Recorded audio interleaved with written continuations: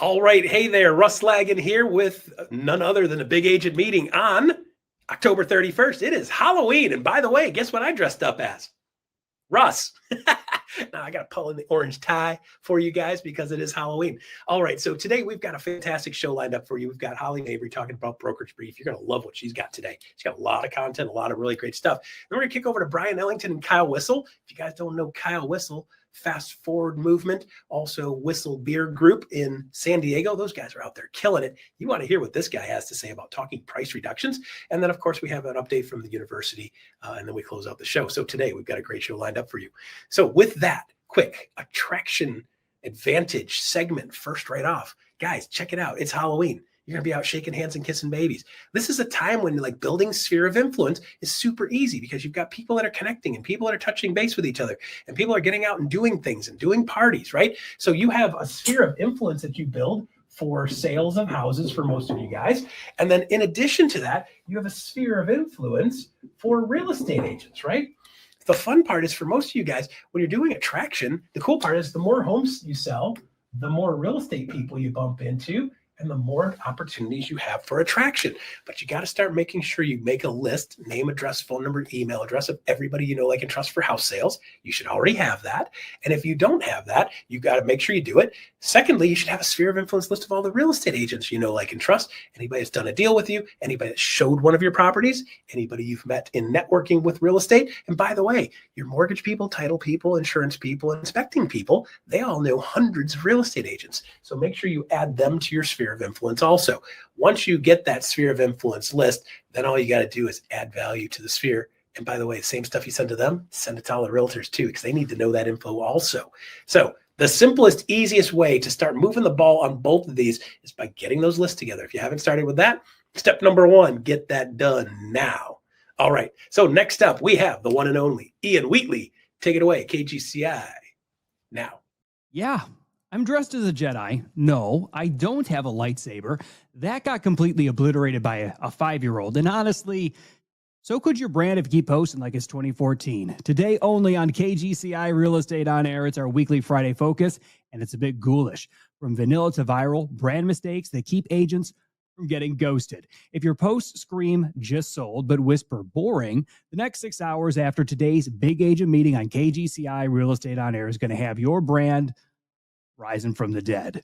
And I've heard you asking for it over at the brand new KGCI Real Estate On Air YouTube channel. We've got the exclusive EXPCon drops for all of you that couldn't make it down to Miami. From announcements, industry consolidation fears being discussed, the future of AI in real estate, and all of the latest strategies and tactics that are working right now that you could implement in your real estate business. It's all covered there. And quit being afraid of your business. Explore KGCI Real Estate On Air on that always free Real Estate On Air mobile app for iPhone and Android, along with our very best each day on demand on Apple Podcasts, Spotify, and YouTube. Happy Halloween. May the force be with you. Now I got to run. Go get a lightsaber before trick-or-treating. And you bet I'll be in the car listening to KGCI Real Estate On Air. All right. So thank you very much, Ian Wheatley. And again, it was so great to see you live and in person last week. And I love watching you do your stuff live in the booth. It's just amazing. You are a true professional, and I love that. All right. We have coming up next one of my favorite people in the world. I got to see her last week in person, which is great. And I get to see her again today on Zoom. So it's making my week a better week. The one and only Holly Mabry. Come on down, Holly. Hey, what's going on, my friend? It's so great to see you. And I have to do this because last week, all the magic that was EXPCon, yeah, I brought it. I'm still wearing my one EXP shirt. Yeah. So got to represent my peeps out in the world. So love you, love you. So great to see everybody and hug them around the neck. It was awesome. It's so great that Cameron Cisneros is now kind of running the spearhead on that. She is just such a freaking amazing human being. I think she broke my sternum a couple of times hugging me. It might be a little tender still. It's fierce, right? Well, but that's the thing that I love about our in-person gatherings is that everybody gets together and the energy and the ideas and just everybody just rocking it out. And what I love is people have brought that momentum home and now they're looking at the next 60, 90 days of their business and they're like, okay, how do I take care of people? And that's pretty awesome. I love that. I absolutely love that. So, all right. So you got some good stuff for us today. I do. And, kind of bouncing off of last week and really focusing, the Fed met yesterday. And so we're in the midst of this enormous shift. So I thought I'd give everybody a few things that they can do, especially focused on the next 7 weeks in your business. Let's give you a playbook, right? Let's talk about pricing. Let's talk about the conversation and the client education I really want you to be having.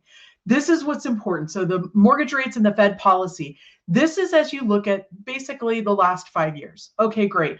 So that looks a little high, right? The mortgage rate, it's at 6.19 thereabouts, and the Fed rate, right, just under 4, 3.83. Why do we care? Well, a couple of things. One, looking at the 30-year fixed rate, we've been hearing a whole lot that every time the rate comes down, people have more affordability. It's allowing them to get into homes. Absolutely.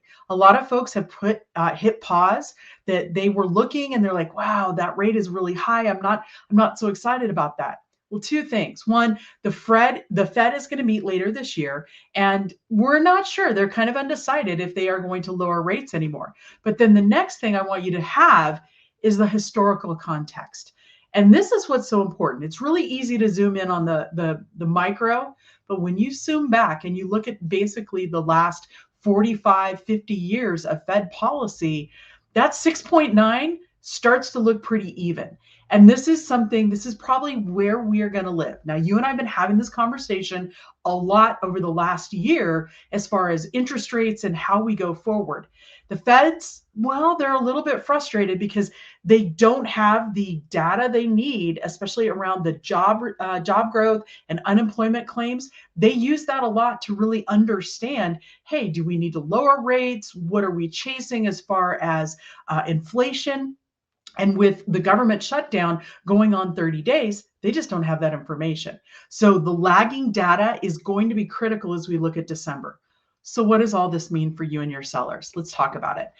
It's really about what is happening locally. Yes, the interest rates, they're doing what they do. They'll probably go up in the short run over the next couple of weeks. Okay, nobody panic. Talk to your local lender, get really comfortable with what they're seeing, and be able to reiterate that to both your sellers and your buyers.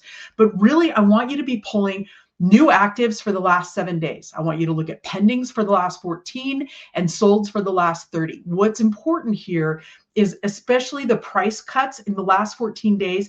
If you can dial in like what's going on in your days on market, where is that sweet spot? Because in that micro market data, yeah, say that 10 times fast.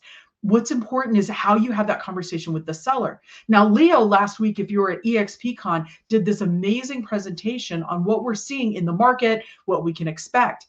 One of the slides that stood out to me so much was, and you can find it on my social media, Facebook or Instagram, it was really about pricing for the seller. And let's make no mistake that overpricing will be the biggest mistake a seller will make in this market. Period. Because they will end up chasing the market for the next 6 weeks. And the longer you're on the market, the more concessions you're going to have to get. That is, or give. And that's huge. So not only are you getting squeezed, chasing the market, coming down on your price, but you're also going to have to give more concessions, likely between contract and close. That's a terrible place to be. Pricing right out of the gate is going to make all the difference. So I want you to also look at your month's supply. If you're in the Metro Phoenix market, I'm just outside of that. I've been watching that closely, and the days on market is increasing. We're seeing more supply. Southeast Florida, of course, you're seeing a lot more supply, very much in a buyer's market. But if I'm up in the Northeast, New Jersey, portions of New York, yeah, you're very much still a seller's market. So it's very local. Have those conversations honestly. And then finally, I want you to take this script and make it your own. We're approaching X months supply, whatever that supply is for you. Post the rate cut. More buyers will tour, but inventory is climbing, so they've got more choices. Buyers are shopping on logic and not emotion. So how you show up, how you protect and promote your client, that is in the key to the kingdom. Now, Fed cut, these are some talk tracks to think about. What it means in plain English, it's really about, yeah, they've nudged down, expands the buyer pool, but the buyers are smarter than ever. They are taking their time, they're negotiating smartly, and they're asking for what they want and need. And also, they're very strategic. They're not overpaying for things. Then also, I want you to think about the rule of thumb. 25% rate drop is about $55 a month. Okay. So $400,000 borrowed, it's about the same monthly impact as a $10,000 price cut. So what does that mean to move the buyer's interest? And this is where I want you to think about, if I'm talking with the seller, the rate drop just happened, and maybe we're a little bit high. Well, buyers who now can qualify for a bit more, are we putting our best foot forward? Do we need paint? Are we clean? Like, it all starts with being clean. I'm just going to be honest. Are we clean? Are we doing all of these things? But then also, what concessions are they going to ask for? HOA transfer fees, home warranties? Does the roof need to be repaired? All of those things. And then finally, those pre-approvals. This is where I want you working with your buyers. If you've had someone who has been shopping rates, talk to their lender immediately. Look at that rate lock. What does it mean and how long is it for? 60 days, 90 days, 45 days? That becomes a sense of urgency as a listing agent. I'm asking how long the rate is locked for when I get that pre-approval and that contract. Hey, have they locked their rate? What does this look like? Because if rates go up in the short term, are they going to be surfing the rate through Thanksgiving? And if they are, and it doesn't come down and we continue to see rates climb, is somebody suddenly out of a house? Those are conversations I want you to be having. Now, pricing and repositioning. This is a mindset shift. And so I want you to think about how you position your listing on price, but also on the MLS, right? Because what we're seeing right now is basically MLS wars. It's data shares across the US, things going on with both Zillow and CoStar and OpenAI and all of this. What it comes down to, did you truly position your seller for the best foot forward the first time out of the gate? Are the pictures perfect? Do I understand what I'm getting? Are the pictures the best representation of the house? Do I have a floor plan? That makes a huge difference as you go forward. Now, I want you to also think about 5 qualified showings in 7 days, 1 credible offer in 14.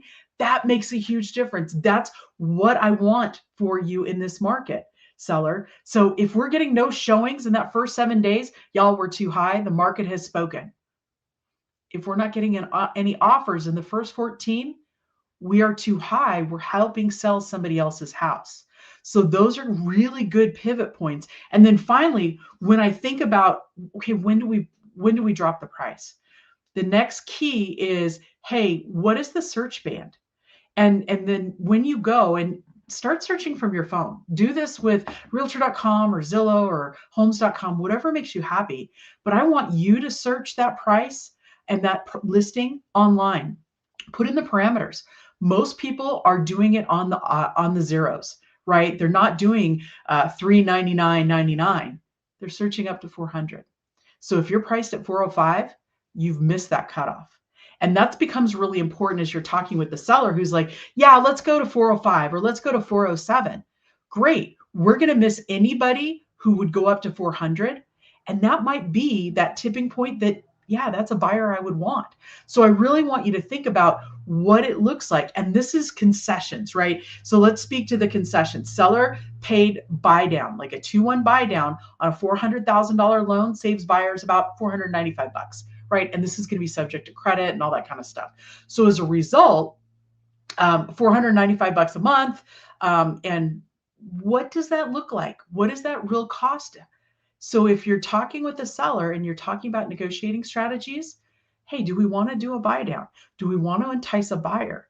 And this is where I want you to work with your lender on the listing side and talk about what those buy downs could and should look like. It could put you in a better mindset as buyers are looking as to what sellers are offering.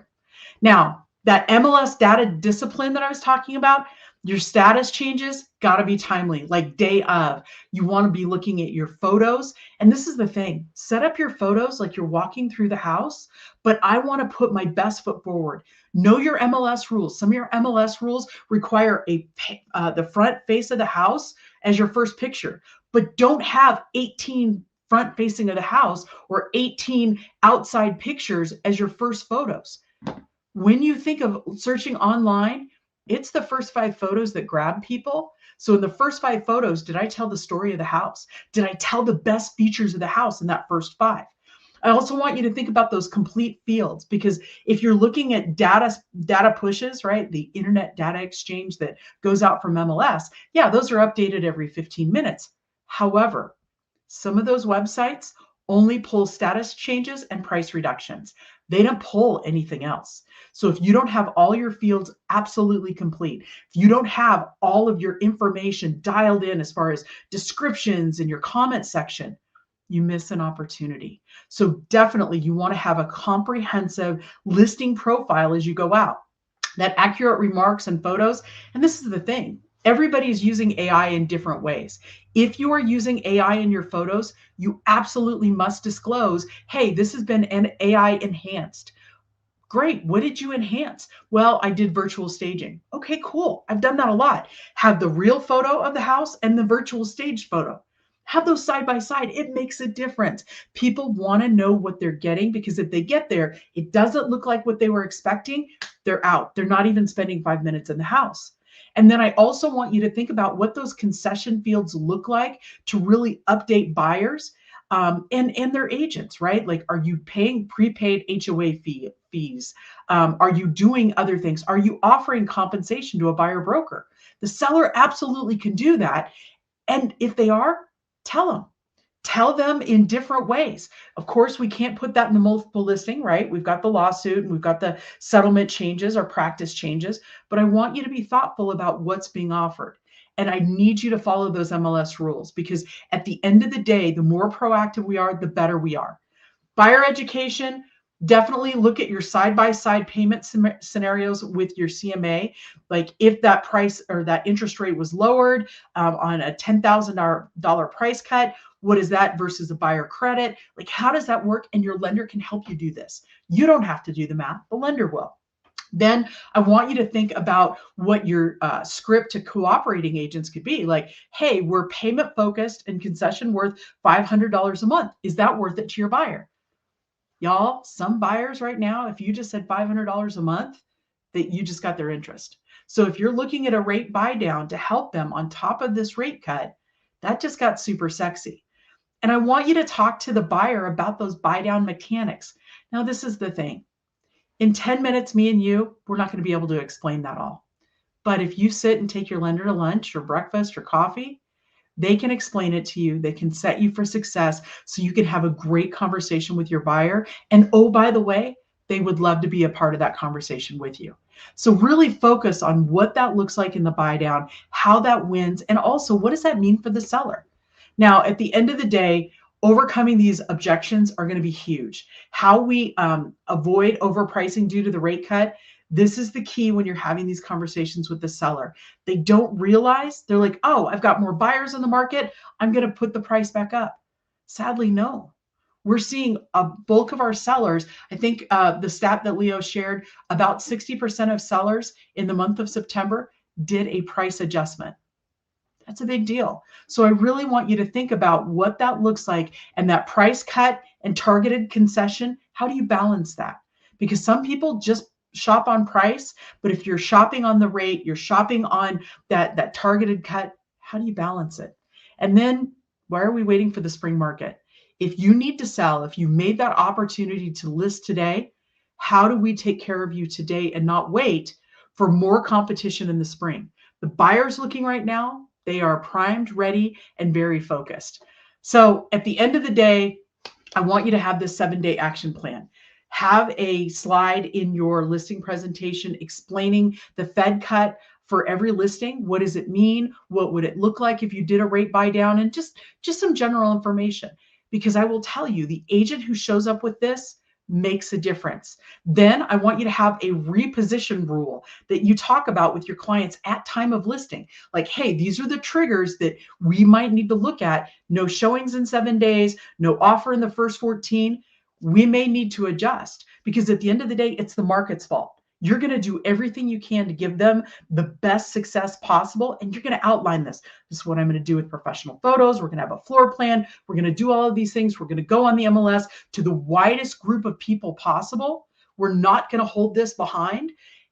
And as a result, if we're not getting with all of that exposure, people walking through the door, we're overpriced. So definitely be updating your MLS, run those seller scripts, practice them, right? They don't roll off the tongue. I want you to practice them with somebody in your office, your broker, anybody you can think of.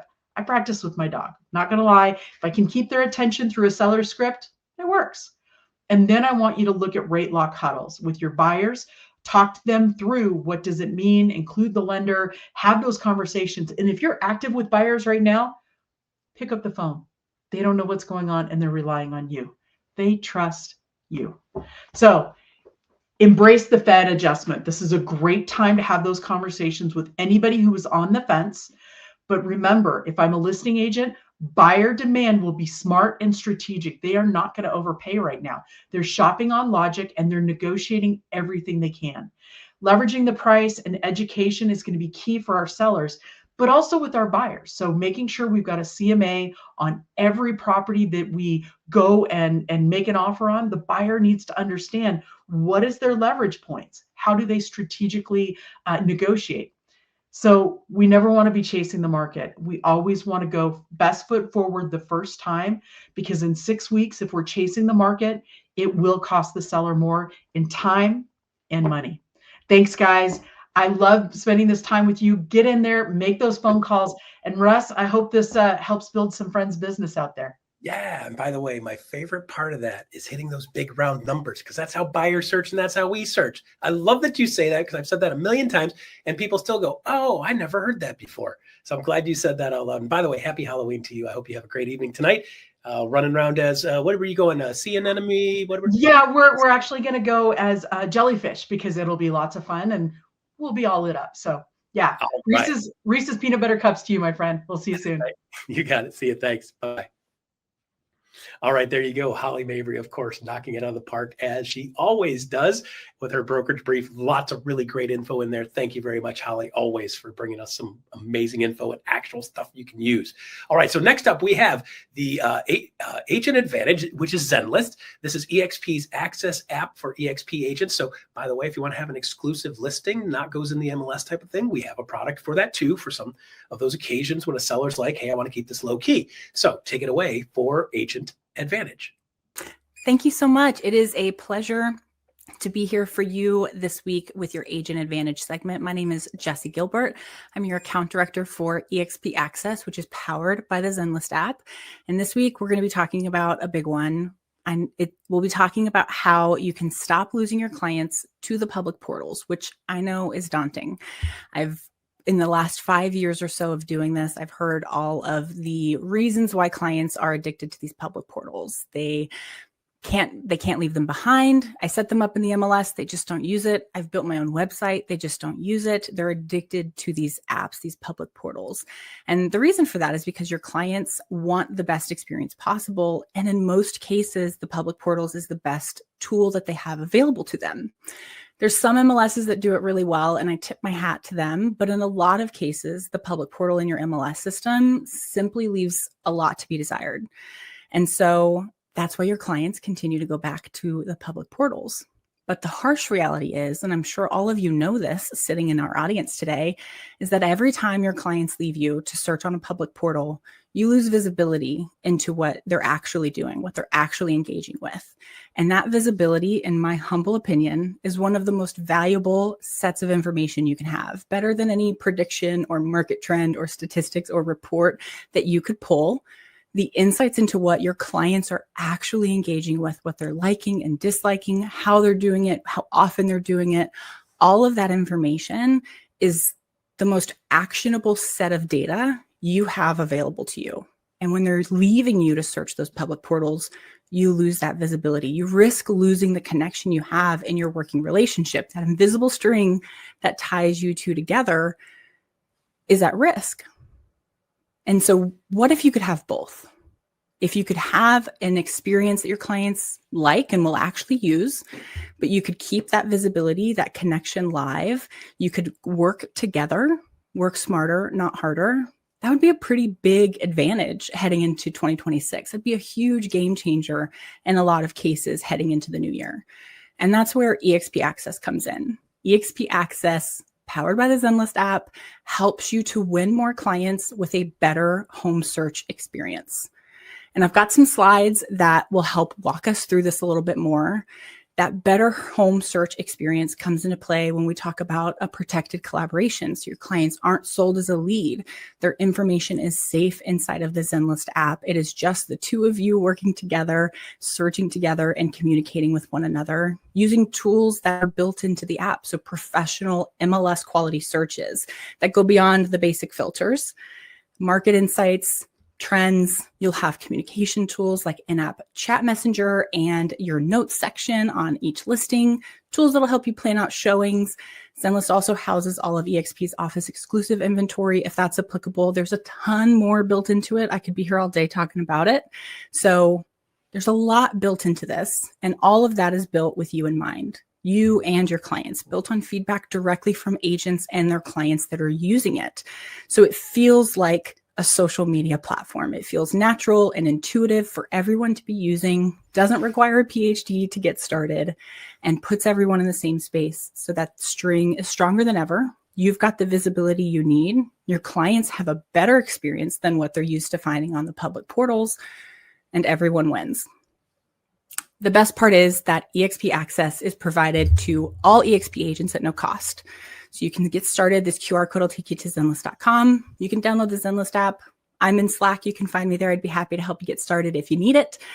But it's a free account. It's a benefit that eXp provides to you as a part of being a member of eXp, the largest brokerage across the United States. I mean, there's like 80 or 90,000 of you guys. And the power that you have having eXp backing you in this is massive, massive. So if you haven't already gotten started, maybe you signed up and you haven't come back to it, whatever stage you're at, you can scan this QR code, get started, reach out to me if you need any help. We've got a phenomenal support team as well. And join us in Slack if you haven't already.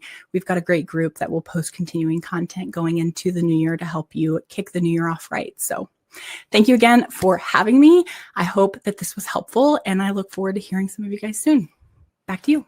All right, so there you go. Agent Advantage, Zenlist. If you guys didn't know about Zenlist, now you know all about Zenlist. All right, next up is Brian Ellington and Kyle Whistle talking about listing prices and price reductions. For some of you guys, you've never had to do price reductions. I grew up on price reductions in 2006, 7, 8, 9, 10, but a lot of you guys haven't seen that. So check out this short video. Kyle, for people who've been living under a rock and they don't know you and your new business partner, Dan, would you mind sharing a little bit about your background, especially in regards to being a listing agent? Yeah, I mean, between Dan and I, we tallied it up. We've done over 9,000 transactions combined, and about 40% of those have been sellers. So we've traditionally run like a 40-60 business seller buyer. So mathematically, I don't know, 3,000 or 4,000 closed listings over our career. And the total volume on that's over 6 billion. Yeah. And just in the next 12 months, we'll do well over $1 billion in the next 12. So in the next 12 months, we'll do over 400 million of sellers and 600 million of buyers. It sounds like though you're swinging through. You said you've started to see those leading indicators start to point towards kind of the bottom, which means for the past several months, though, you've probably been having dialogues with your sellers that was eye-opening for them. And so I'm curious because my experience is that sellers always lag behind because of the indices that you mentioned, but also because my neighbor, they sold not too long ago and it was great. You know, they got everything they wanted and then some. And so when you go into a seller conversation, a listing appointment, are there things that you're doing in the initial conversation, phone call, whatever? Are there things that you're doing in the pre-list packet if you use one? And then are there things that you're doing in the listing presentation to kind of set expectations and explain this kind of stuff to them? For sure. So there's 3 parts to that. One, on the initial conversation, no. I'm trying to keep the initial conversation very, very positive, and I'm trying to just lock into their motivation. I don't think it's the appropriate time when I'm setting the appointment to start talking about a negative market. Again, if they go there, I'm ready to go there, but I'm surely not taking it there on the initial conversation. So I'm going to set that appointment. And then I'm going to let them know that I'm going to send them some information that I'd like for them to review in advance of our appointment. We typically send that via High Note. I know the company has a partnership with Cato, which is a very similar product. So you can use something like Cato or High Note to send information to your seller in advance of the appointment. I think a lot of people are setting an appointment, and the next time they talk to the seller is hopefully at the front door.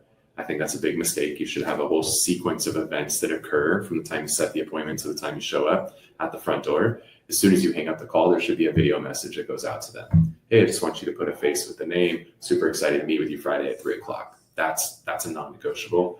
A calendar event has to get created. They have to get invited to it. Then we send a pre-list package. Again, we use High Note for ours. Cato works as well. So then we're sending them a lot of information. And within that, there's going to be all of this market data.